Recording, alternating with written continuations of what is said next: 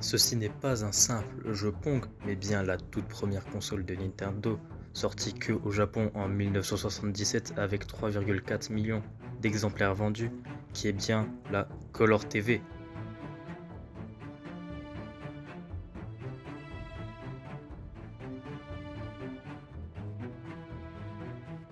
Je pense que vous l'aurez compris, mais dans cette vidéo on va parler des consoles Nintendo, les citer dans leur ordre chronologique avec leur nombre d'exemplaires vendus.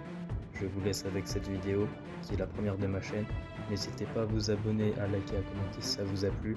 Tous les liens sont en description. Bonne vidéo. Pour cette deuxième console, c'est la toute première console portable de chez Nintendo, petite, un petit carré, la Game Watch, sortie en 1980 avec 43,4 millions d'exemplaires vendus. Vous voyez bien que le jeu est de très basse qualité, les images sont comme un PowerPoint avancé rapidement, mais en noir et blanc aussi. Pour cette console, il s'agit d'une console qui a bercé l'enfance de beaucoup de monde, je pense, dans les années 80 bien sûr, qui est tout simplement la console qui a hébergé Chibi Robo, Metroid peut-être, The Legend of Zelda premier du nom, deuxième du nom, Super Mario Bros 1, qui est tout simplement la Nintendo Entertainment System, autrement dit la NES, sortie en 1985 avec 62 millions d'exemplaires. Maintenant, c'est le premier gros succès de Nintendo, sorti en 1989 avec ses 118,69 millions d'exemplaires. La deuxième console portable de Nintendo, la Game Boy.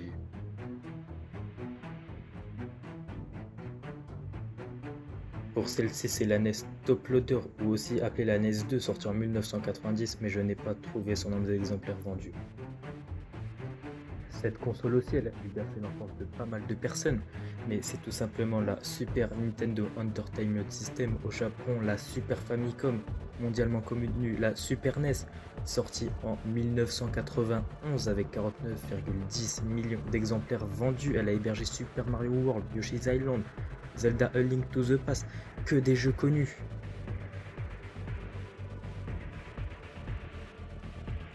Pour celui-là, c'est le vrai premier gros flop de Nintendo. Je nomme le Virtual Boy, sorti en 1995 avec ses 770 000 exemplaires vendus. C'était censé représenter la 3D, c'était tout rouge dedans, comme sur l'image là, et ça pouvait donner des vomissements à certaines personnes. Nintendo ont donc arrêté les ventes, il n'a que très peu de jeux vendus. Cette fois-ci, nous nous attaquons à la deuxième console Game Boy, sortie en 1996, qui est plus petite. J'ai nommé la Game Boy Pocket. Elle a plusieurs couleurs comme du vert, du rouge, du jaune, du bleu et du noir.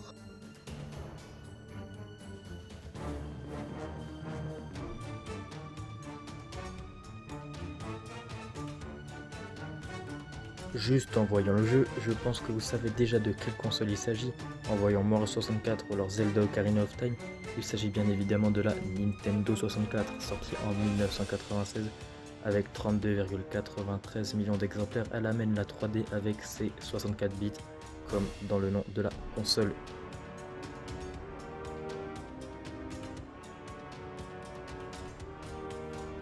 C'est encore une Game Boy, mais celle-ci est appelée la Game Boy Light, tout simplement parce qu'elle a un écran rétro éclairé. Elle est sortie en 1998 et malheureusement je n'ai pas trouvé son nombre d'exemplaires vendus. Ceci est une console très connue aussi qui est la Game Boy Color, sortie aussi en 1990 avec 118,69 millions d'exemplaires comme la Game Boy. Elle n'a pas d'écran rétro éclairé pour voir par exemple dans le noir, mais elle a un écran en couleur.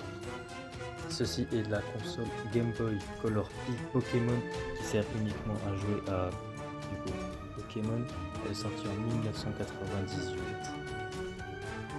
La Game Boy Advance qui est sortie en 2001 s'est écoulée à 80,51 millions d'exemplaires. Cette Game Boy peut supporter les cartouches de la toute première des Game Boy et elle est en 32 bits. Ceci c'est la Pokémon Mini, une console qui sert à jouer à Pokémon, mais elle est toute petite et elle est sortie en 2001. Elle utilise l'infrarouge pour jouer multijoueur. Maintenant c'est la GameCube, sortie également en 2001 mais qui n'a pas eu un gros succès avec seulement 21,75 millions d'exemplaires. C'est la première console de Nintendo à utiliser des jeux en disque. comme la Wii ou la Wii U. Maintenant, peut-être une console que peu de personnes connaissent, qui est un iQue Player sorti en 2003 en Chine, qui a pour but de faire comme Nintendo 64 mais en Chine du coup. La Game Boy Advance SP sortie en 2003 avec 43,57 millions d'exemplaires, je pense que vous le voyez, il a à peu près le même principe que la Nintendo DS, être pliable. Et voilà, c'est de ça en fait qu'a été inspirée Nintendo DS. Elle peut jouer au jeu Game Boy Advance du coup, mais elle est pliable, c'est juste ça la différence. Après la Game Boy Advance SP, bien sûr, c'est une Nintendo DS sortie en 2004 avec 154,02 millions d'exemplaires que beaucoup de personnes ont joué pendant leur enfance à le cacher sous l'oreiller pour y jouer la nuit, bien sûr. C'est de la console pliable, mais avec pas un écran, mais bien sûr 2 écrans dont celui du bas est tactile. Elle peut aussi jouer au jeu Game Boy. Pour finir avec les Game Boy, c'est tout simplement la Game Boy Micro sortie en 2005 avec 2,42 millions d'exemplaires. C'est la dernière des Game Boy et est toute petite. La deuxième console Nintendo DS qui est la DS Lite sortie en 2006 avec 93,85 millions d'exemplaires. Ses écrans sont plus lumineux. Elle n'a pas totalement la même forme, elle est plus rectangulaire cette fois. Et elle peut aussi lire les jeux Game Boy. Ensuite, la deuxième console de Nintendo à lire les jeux en disque, qui est bien sûr la Nintendo Wii, sortie en 2006 avec 101,63 millions d'exemplaires. Là, justement, le but de cette console, c'est tout simplement de jouer avec les mouvements, avec la manette. Elle a aussi le Joy-Con pour jouer, c'est Twilight Princess qui est sorti à la fin de la GameCube finalement, et qui est aussi sorti au début de la Wii. Pour jouer sur la Wii, pour frapper avec l'épée, il fallait bouger la manette. La troisième Nintendo DS, qui est la DSi, sortie en 2010 avec 13,68 millions d'exemplaires. Elle a du coup 2 caméras. Et ensuite, on peut même faire des animations. Le mode photo a été amélioré, on peut faire des animations comme vous le voyez. Toujours dans la famille des Nintendo DS, il y a la Nintendo 3DS qui est toute nouvelle, qui amène la 3D avec un petit bouton sur le côté. Elle est sortie en 2011 avec 75,14 millions d'exemplaires. Elle est rétrocompatible avec les jeux Nintendo DS. Elle a aussi bien sûr des nouveaux jeux. Et moi, je n'utilisais pas beaucoup le bouton 3D puisque j'avais un peu mal à la tête en l'utilisant. Maintenant, pour succéder à Nintendo 3DS, il y a la Nintendo 3DS XL. Il n'y a pas grand chose à dire dessus à part qu'elle est plus grande. Elle est sortie en 2012 avec 75,9 millions d'exemplaires. Maintenant, nous passons à la malheureuse Wii Mini qui était censée être le remake de la Wii U, mais malheureusement qui n'a pas survécu parce qu'elle est sortie en 2012 mais qu'avec 110 000 exemplaires vendus. Elle devait ramener le fun de la Wii avec du coup les jeux Nintendo Select, mais elle n'avait même pas les ports pour brancher manette GameCube ni n'était compatible avec les jeux GameCube.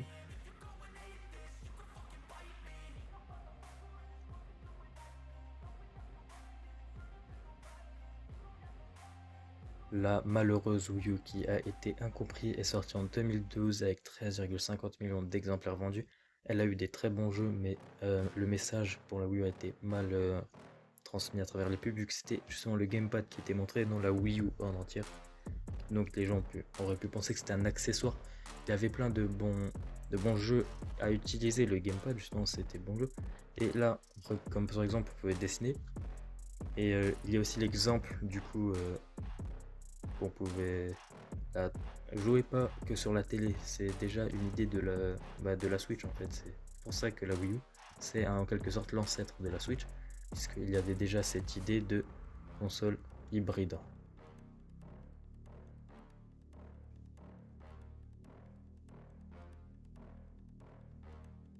Après la Wii U, il y a eu la Nintendo 2DS sortie en 2013 avec 10,29 millions d'exemplaires vendus, qui n'a pas fait mieux que la Wii U. Elle a un peu un aspect de Game Boy, enfin elle se rapproche plus des aspects Game Boy. C'est la même chose qu'à Nintendo 3DS, elle joue au même jeu, elle est aussi rétro-compatible mais elle enlève le bouton 3D, ce qui peut être mieux pour les yeux des enfants.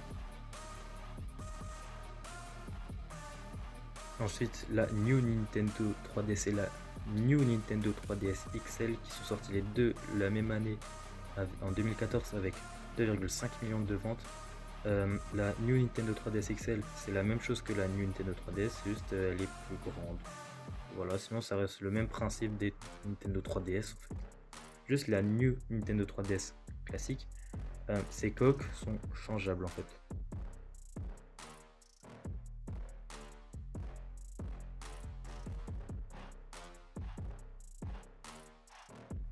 Cette console est pour les fans de rétro gaming.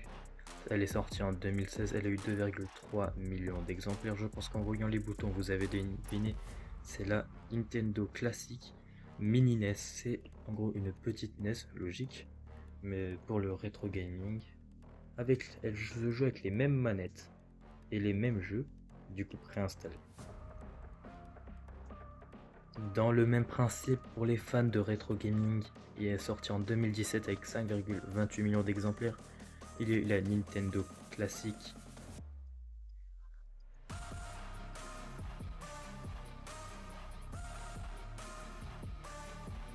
Pour le même principe, il y a eu la Nintendo classique mini Super NES sortie en 2017 avec 5,28 millions d'exemplaires. Pareil, c'est pour les fans de rétro gaming, c'est une mini NES. Ça joue avec les mêmes manettes, aux mêmes jeux qui sont préinstallés, c'est pareil, mais avec la Super NES. Ensuite, nous passons à la toute dernière console de la famille des Nintendo DS. J'ai nommé la New Nintendo 2DS XL, sortie en 2017 avec 2,5 millions d'exemplaires. Elle, c'est un mix entre Nintendo 2DS et Nintendo 3DS puisqu'elle est pliable. Elle n'a pas le bouton 3D, mais c'est tout en fait. Sinon, pareil, ça se joue au jeu 3DS, rétro-compatible, même principe. Mais moi, j'aime bien, j'ai aimé cette console parce que c'était en quelque sorte ma toute première console si on ne compte pas la Wii. C'était la toute première console à manger.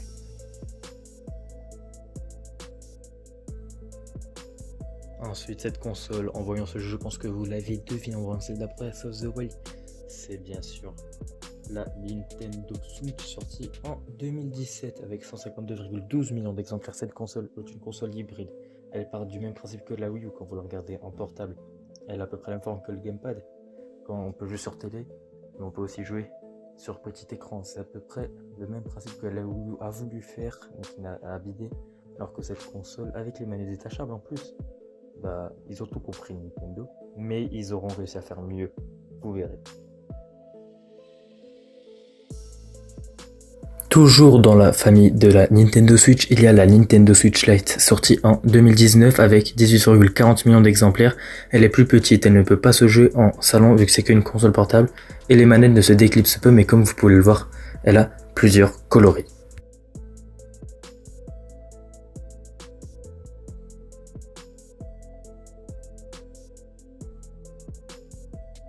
Avant-dernière console qui est la Nintendo Switch OLED sortie en 2021 avec 5,86 millions d'exemplaires.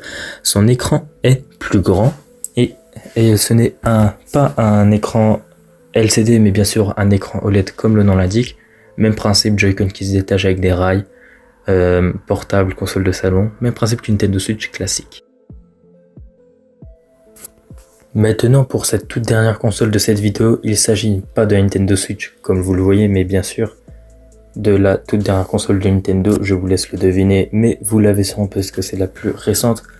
Rien qu'avec ça, vous voyez de quoi je parlais.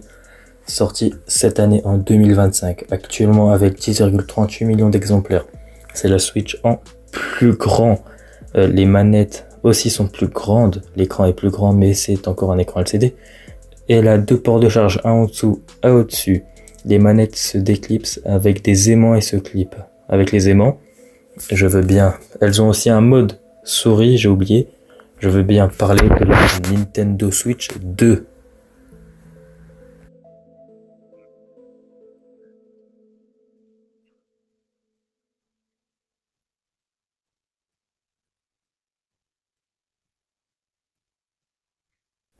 Merci d'avoir regardé la vidéo en entière. Si elle t'a plu, tu peux liker, t'abonner et commenter. Dans les commentaires, n'hésite pas à me dire qu'est-ce que je pourrais améliorer pour mes prochaines vidéos.